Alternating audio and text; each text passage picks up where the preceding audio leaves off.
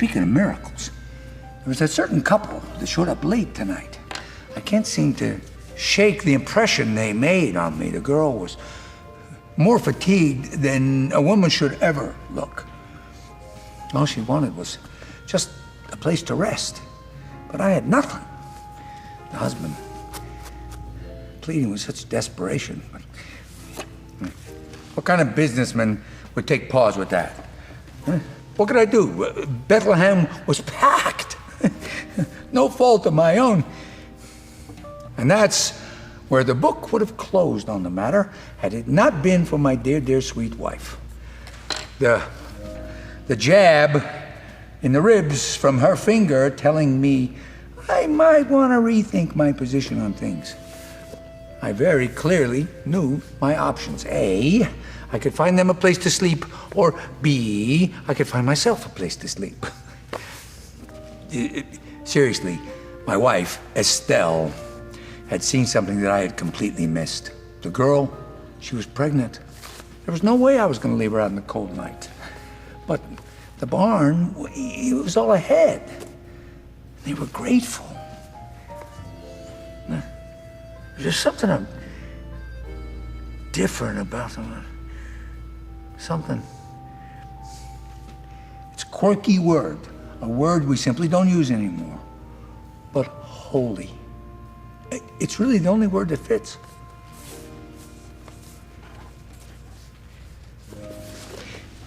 They say the baby, that he's the Messiah. The one who's gonna change everything. Could he really be the one that we've been waiting for after all these years? All my life, disbelief has paralyzed me, I suppose you could say. But this has given me a chance to believe.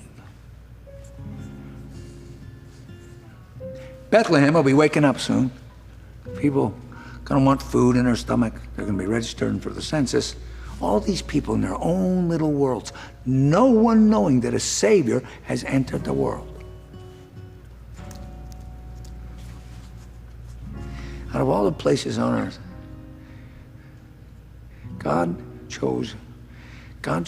He chose my place to bring hope into the world.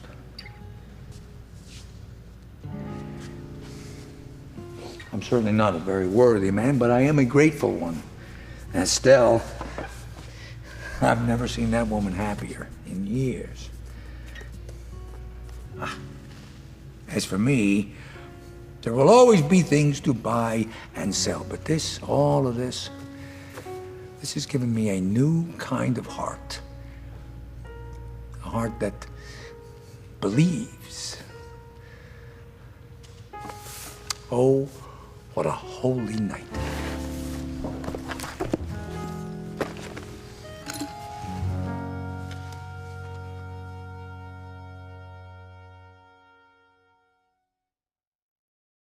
Good morning. You know, we're seeing more red this time of year than any other time of year. That's nice. I even commented how, Mary's got nice red on, and she made Daryl wear green, so it looks like Christmassy together. Isn't that sweet? Yeah.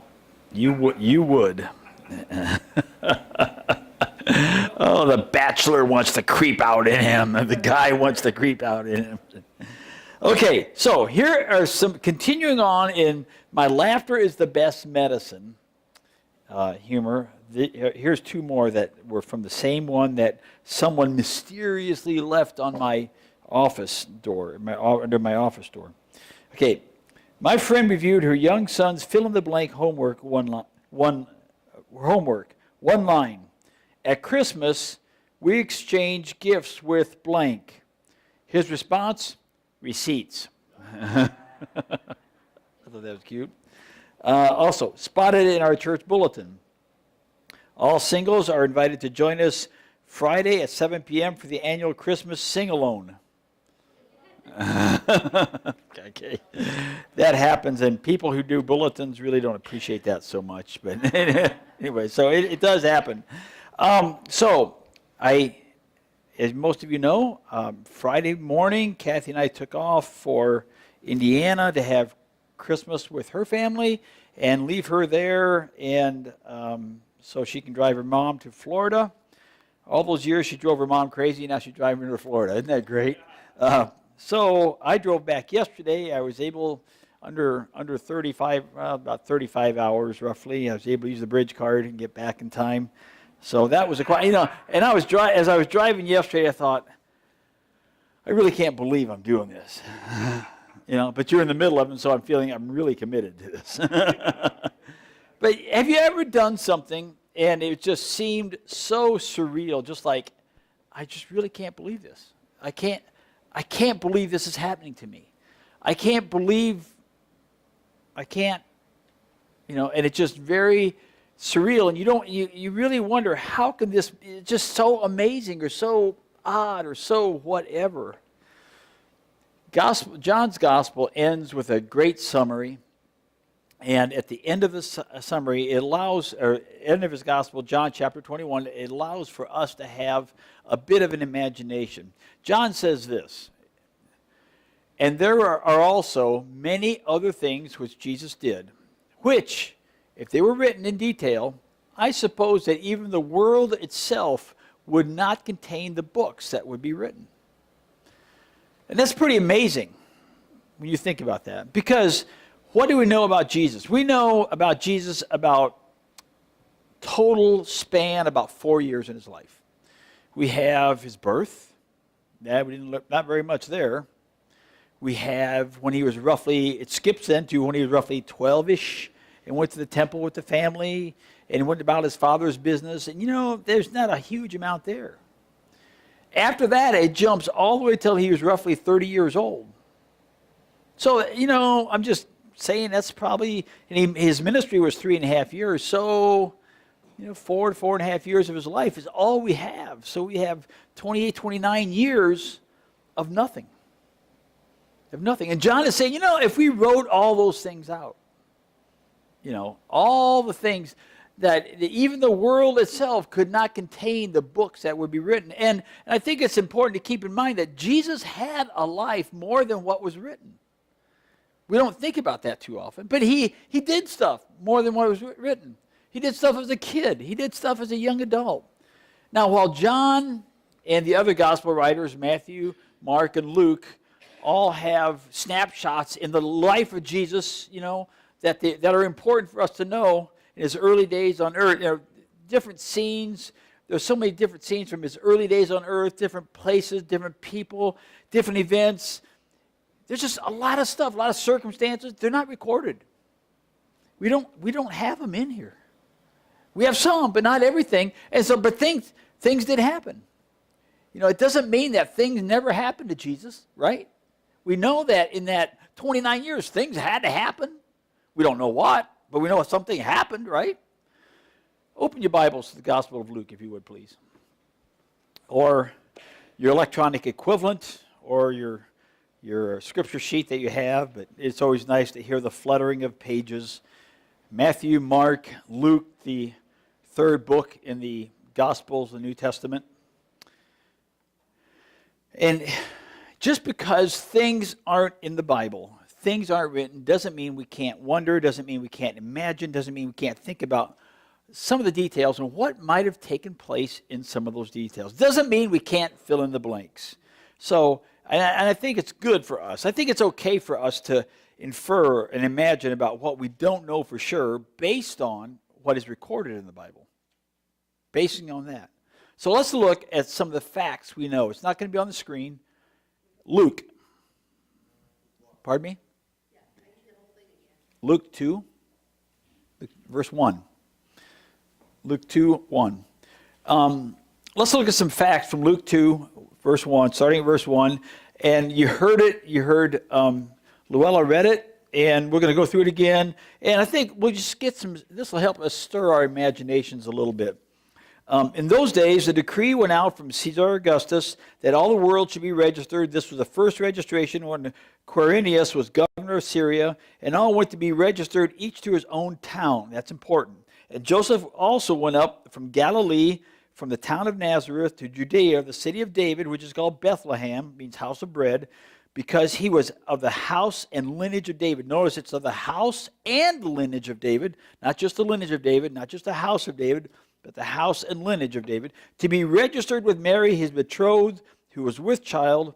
And while they were there, the time came for her to give birth, and she gave birth to her firstborn son, and wrapped him in swaddling cloths, laid him in a manger, because there was no place for them in the inn. And this is a story that if you've been to church since a child, if you're a follower of Jesus at all, you know this story, right? I mean, as a kid, me growing up in the church, this was an endearing story, Jesus away in the manger, no crib for the bed. We sing those songs, and they're so dear to us and so endearing for us. And so we know that. But for you women, when it comes to things that are written to give us important facts, you women are probably struggling with the fact that Luke left out some important facts. Like, how long was he? How much did he weigh? Did he have much hair? Women like those things, when a baby is born, right? It's kind of like guys, We get guys, somebody, Russell shot a deer. Hey, how big was it? How many antlers? How was the shot? But women want to know, was the birth difficult? Was a straw, in a straw, it must have been itchy, it must have been tough. Or, and start imagining, and we do imagine women want that. But let's look at what we do know. Let's look at the facts that we do know from this text, and then we're going to go to imagination. Here's what we know. He places Jesus' birth within a time and place in history. That's important, because those people say that stuff is fake in the Bible. No, historians have this. He said it happened when Quirinius was governor of Syria. So early historians would have the listing of the leaders, political leaders, and so Luke says here, when this guy was governor in Syria, is when Jesus was born. So that's an important thing that it happened in history. He mentions locations, and these locations are places you can actually travel to today. That's important. He gives us locations. Here's a satellite image of the map. We have up there is Syria. I want you to notice how close Syria is to Israel. And, so when you're hearing about this in the news in Syria and Israel, they're neighbors. They're close. So he mentions Galilee. He mentions Nazareth. Galilee is a region. Nazareth is a city in there. And this is today's Google Earth. This is 2018. He mentions Judea. That's a region. He mentions Bethlehem and Jerusalem. They're 7 miles apart, so that's a day's journey. So he mentions all these places that you and I can go to today. That is important, because when people want to discredit the gospel message, they want to discredit the Bible, it's there. It was written 2,000 years ago for us, and it's there. It's actual places. He mentions that a census was being taken because of a decree that came from Emperor of Rome, Caesar Augustus. So he mentions Caesar Augustus, right? That's an actual person in history. He mentions other names like Jesus in the story. Quirinius, that's a person in history. David, Joseph, Mary, their firstborn son, whom the angel of the Lord was said to be named Jesus in the previous chapter. So we have places, we have a timeline, we have names that can be gone back historically and documented historically. Luke even gives us specifics about what Mary did after she gave birth. I mean, you can't document this too much historically, but this is what he says. He says, she wrapped him in swaddling cloths, laid him in a manger. Why? Because there's no place for them in the inn. So, this is what she did. He doesn't get into all the details. He doesn't have all this other stuff, but she wrapped him in cloths. He said, that's all you need to know. Dr. Luke, who was a man of taking things down and writing things in an exact way. In fact, in the book of Acts, it says he's writing this down in a a thoughtful way, in a way for his friend to understand. Another fact is that this kind of goes against what our common thinking of the birth story was. Normally we heard the innkeeper on the video, I'm going to call him Stuart. Stuart the innkeeper said, she was going to have a baby, and we think that they came to Bethlehem, and she did no room at the inn, and she had a baby that night. That's kind of the image that we get from the stories, But when we look at the text, and the New King James Version has a closer rendering to the original than most others, and I like this, we know that it says, when they arrived, so it was that when they were there, okay, the days were completed for her to be delivered. Does that sound like, she had this 90-mile journey on the back of a donkey, 7 miles a day, 7 miles is a day's journey, and does that sound like that week and a half of going down made her water break and she had to have the baby right away? Doesn't sound that way, does it? It sounds like when the days were completed. So, the question is, imaginations. How many days? 2? It has to be more than 1. Days were completed, so 2. A week? A month? We don't know that. We just know that it was more than just getting to the inn, having the baby that night. So I hate to shoot a hole in your picture of the story, but this is really what this text says. So we want to be true to the scriptures as much as possible, because that's what we're called to do. Now, here's where our imagination can kind of run loose just a little bit. So it makes sense to say that just because the Bible doesn't specifically mention an innkeeper at the sold-out Bethlehem Comfort Inn, because it doesn't mention that, there probably was somebody to answer a door. There was somebody who took the knock, right? There was somebody who answered the door to the future parents of the Son of God. And culturally, since Joseph was from the line of David, why did he go to Bethlehem? Because that's the city of David, right? So he had to go, the line of David, he had to go there for the census. So that meant all his family went. And let's just say that all the family he didn't know went. You have family members you don't know? Probably. When you go back far enough, you probably do. So they all went, so town was full. Town was full. They went. And so as he went, culturally, he was honor bound to go to the house, a family that he knew, to stay with them. Culturally, was there a building, like a motel, like an inn that we think of? That's one of the problems we have is we're Americans, and we're talking about first century Middle East, which is, you travel there now, and it's way different than what we have. You go back to the first century, and you're going, wow, oy vey. So, culturally, he was bound to stay there by family, but all the other family members were there too. And so what they would have is an inn that somebody was used to making it their business to take people in. They would have the front room of their home be for the guests, and basically you didn't have your own room. An inn meant you had floor space.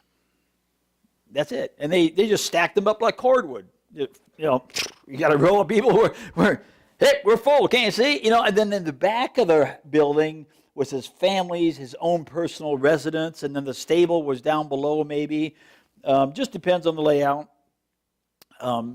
So it was just really different than what we figure out. So the inn, this place that they went to was full. Why? Because all the family members were there. Everybody was there, and he went from door to door looking, perhaps. It doesn't say that. I can imagine that he went from door to looking, and there was no place. But, they went to one place, and I can just imagine. Let's just imagine together. Joseph goes, he's tired. She's been on the donkey. She's complaining about the ride. I've been walking. My calluses that are on the calluses are getting hurting. So he knocks on the door and he comes and he says, I'm looking for a place to stay. We don't have a place to stay. And he says to the owner of the home, the person who answered the door, he said, well, I am Joseph, son of Jacob, son of Mattan, son of Eleazar, son of Eliud, and Eliud's the son of Achim, and he goes to the lineage. They knew their lineage. They keep going back and back. And he goes, oh, yeah. You're Lucan's great-great-great-grandson. Well, sure. His sister so-and-so, she used to stop by all the time. And I'd love to put you up, but and Estelle comes out. He says, Estelle, they're busy. Like they said, it's like Stuart said, pregnant. The only place with a roof is out back. I could fluff some straw. It's kind of dank, kind of stinky, kind of. Can you see it? Can you imagine? And you might say, Tim, you're nuts. I could be, but you could be too. Actually, we all probably are anyway, so that's okay. Anyway, so all this stuff was happening. The point is, there was a place for them. There was a place, and the rest is history. But even within history, there's real emotions, there's real thoughts, there's real things to consider. The unnamed characters were there, people we don't know that were there on that night of all nights when all this happened. Do we have specifics? No. But can we wonder? Yeah. And we can imagine that without ever really knowing for sure how the birth in the stable may have caused the innkeeper to have this dilemma of belief. They're waiting for the Messiah. This would be a really good time, God, for the Messiah to come. We're having to do all this stuff, and He will deliver us from this.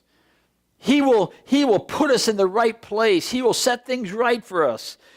So I can imagine that every pregnant woman was looked at like, maybe baby. Hey, baby. Maybe she's the one. We don't know.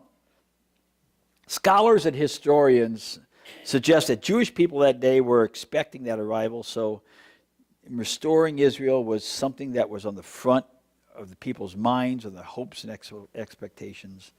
And maybe after Stuart puts him out back, maybe he looked out and he saw this herd of shepherds coming. What's going on? Maybe he went out and looked and saw the baby. Maybe he noticed this as, man, it's really bright out here. We could have a cookout out here. And he looks up and sees a star. What in the world? Maybe it took a peek after all this happened and he saw the baby there. Who knows? And maybe his wife, maybe Estelle, went out and looked. Stuart, you get that baby in here right now. And he said, Bert and Ernie, get out of the way. We got to put the baby down. We got to, maybe. I don't know. I mean, if I'm there and I got my floor is full of people and I got a baby in a stable, I'm thinking, no, we can't do that.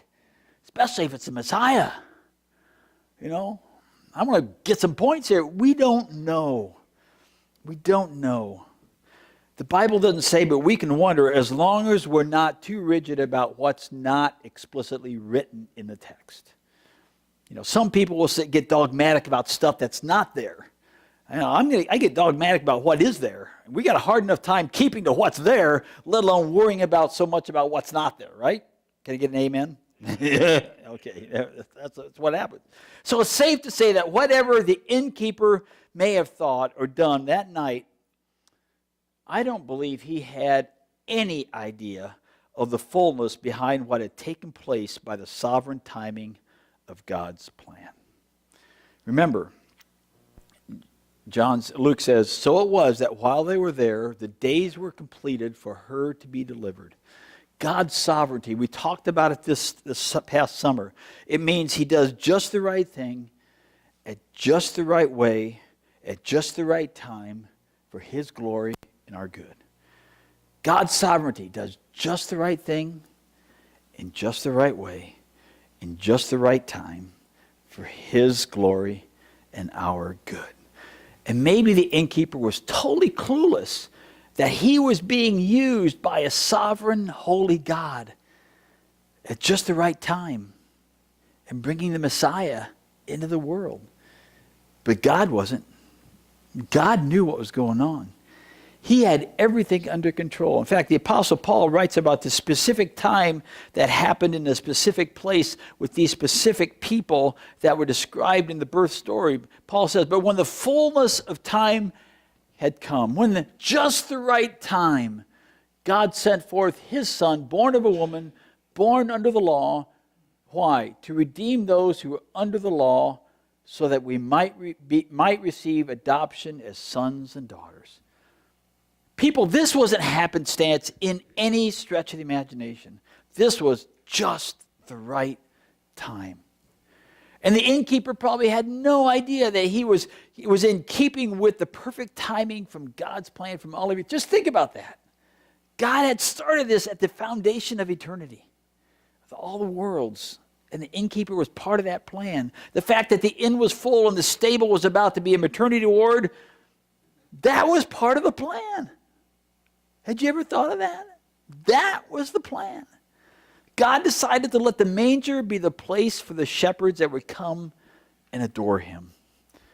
Next week I'm going to talk about the shepherds. But the shepherds, they, you hang with work with certain things and people, and after a while you start taking on certain characteristics of those things or people, like sheep and goats.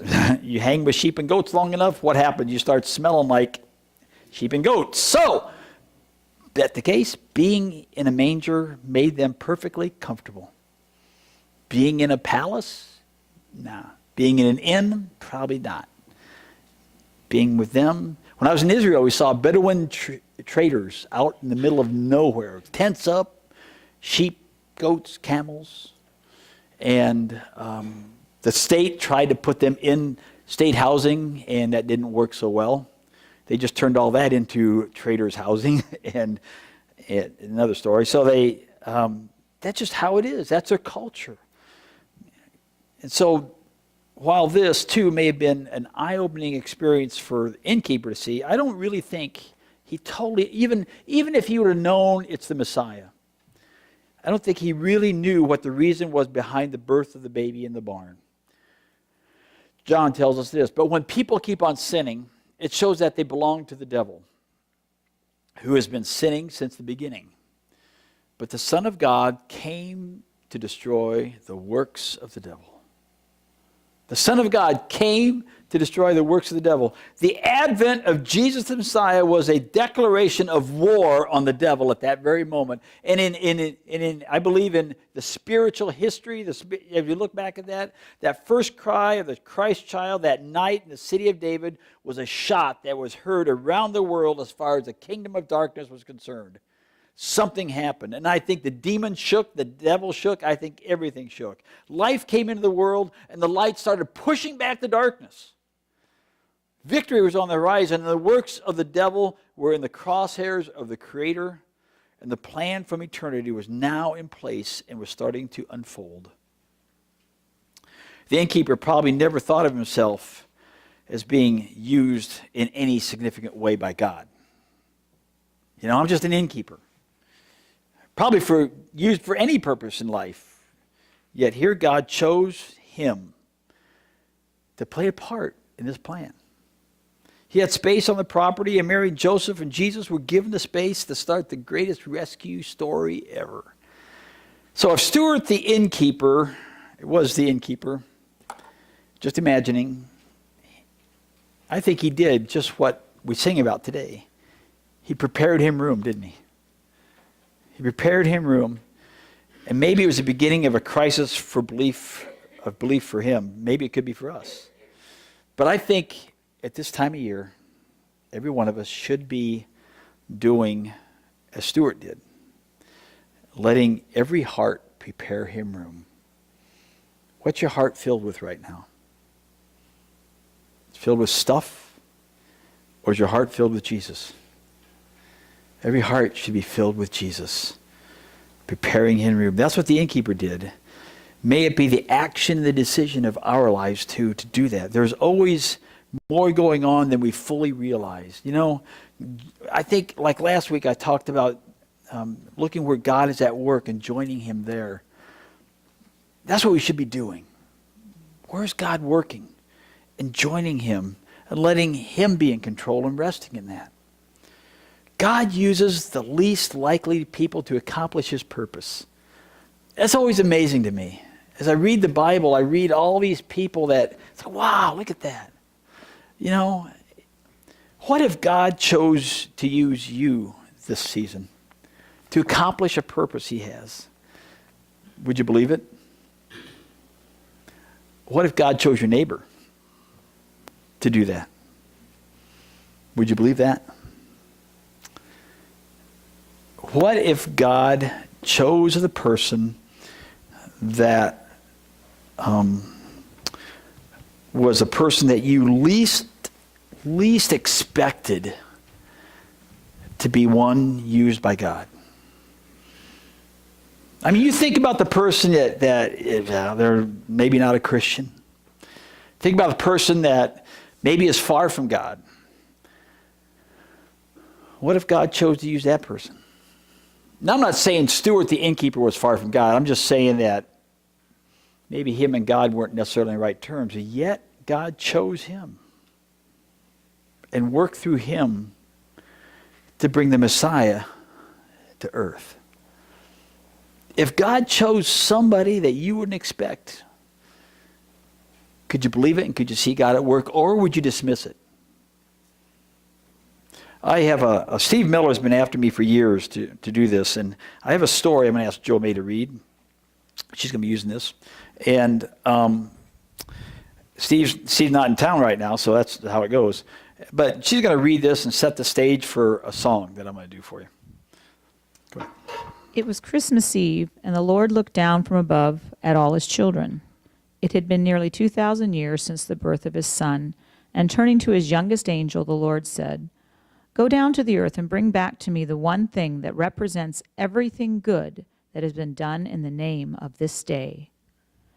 The angel bowed to the Lord and, spreading his wings, descended from heaven to the world of man, all the while contemplating his mission. So much had been done in the name of honoring the birth of the Christ child. For this day, wars had temporarily ceased, cathedrals had been built, and great novels had been written. With so little time, what could he possibly find to represent all this? As he soared above the earth, he suddenly heard the sound of church bells below. Their tone was so beautiful that it reminded him of the voice of God. Looking down, he saw a small church whose bells were ringing out the carol Silent Night. Enchanted by the music of what he was hearing, the angel found himself listening until the song was finished. As he resumed his flight through the night, he was delighted to hear these sounds everywhere, from the largest cities to the smallest villages. And any place where he heard these songs, he found hope in the hearts of men. Grasping a song out of the air, he held it in his hands. Angels are able to do this. And thought that maybe these songs could be the one thing that best represented Christmas. They seemed to give voice to man's greatest joys as well as hope to those deepest in despair. But though at first glance it appeared to be the answer he sought, his heart told him that this music was not enough. There had to be something more. So he continued his flight through the night until he suddenly felt the touch of a father's prayer on its way to heaven. Once again, looking downward, he saw a man who was praying for his child, whom he had not heard from in a long time, and who would not be home at that Christmas. Seizing upon the prayer, the angel followed it until it reached the lost child. She was standing on a corner in a quiet snowfall, looking very small in a very large city. Across from her was an old city bar, the kind that only the lost seemed to know how to find. The patrons of this establishment rarely looked up from their drinks and so seemed not to notice the young woman. Now the bartender in this bar had been working in there longer than anyone could remember. He believed in nothing except his bar and his cash register. He gave no credit, and for 75 cents served shots of unwatered whiskey to people who used their drinks like a moat around their lives. Suddenly the door opened wide, and into this world walked a small child. The child asked him if he knew that there was a girl outside their door who could not get home. Glancing out the window, he saw the girl standing across the street. After several seconds of thought, he slowly went over to the cash register and, removing most of the money, came out from behind the bar and followed the child across the street. Everyone in the bar watched as he spoke with the girl. After a few moments, he called over a cab, put the girl inside, and told the driver, JFK Airport. As the cab pulled away, he looked around for the child, but the child was gone. And what was stranger still, even though his tracks leading from the bar were still clearly marked in the snow, the child's were nowhere to be found. Later that night, the angel returned back to heaven and placed in the Lord's hand the wish of a soul for the happiness of another. And as the heavenly host looked on, the Lord smiled.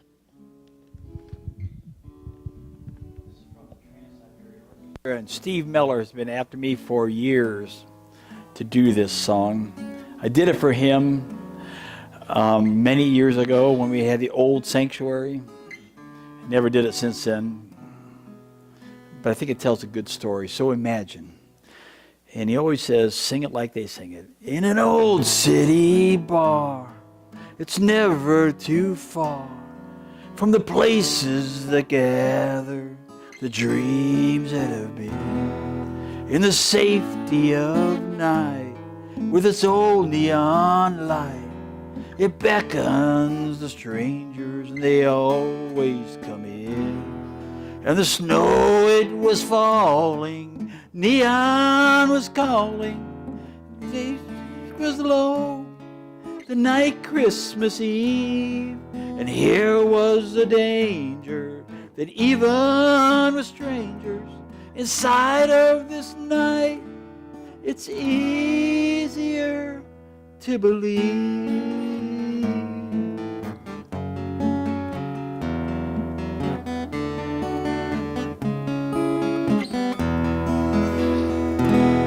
Then the door opened wide, and a child came inside that no one in the bar had seen there before. And he asked, did we know that outside in the snow that someone was lost standing outside the door? Then the bartender gazed through the smoke and the haze, through the window and ice, to a corner street light. We're standing alone by a broken payphone. Was a girl, the child said, could no longer get home. And the snow, it was falling, the neon was calling. The bartender turned and said, not that I care, but how would you know this? The child said, I've noticed, if one could be home, they'd be already there.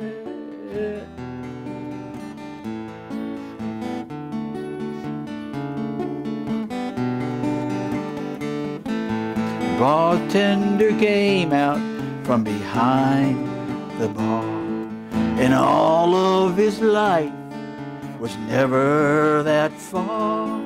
And he did something else that he thought no one saw. When he took all the cash from the register drawer, then he followed the child to the girl across the street. And we watched from the bar as they started to speak. Then he called for a cab. He said, JFK, put the girl in the cab, and the cab drove away. Then we saw in his hand that the cash was all gone from the light that she had wished upon. If you want to arrange it, this world you can change it. If we could somehow make this Christmas thing last by helping a neighbor or even a stranger to know who needs help. You need only just ask.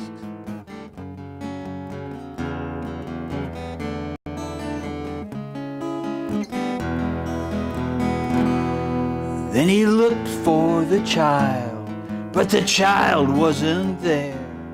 Just the wind and the snow waltzing dreams through the air. So he walked back inside. No, it's not different, I think. For the rest of the night, no one paid for a drink. And the cynics will say some neighborhood kid wandered in on some bums in a world where they hid, but they weren't there, so they couldn't see by an old neon star on that night Christmas Eve when the snow it was falling. The neon was calling, and in case you should wonder, in case you should care, why we're on our own, never went home on the night of all nights. We were already there.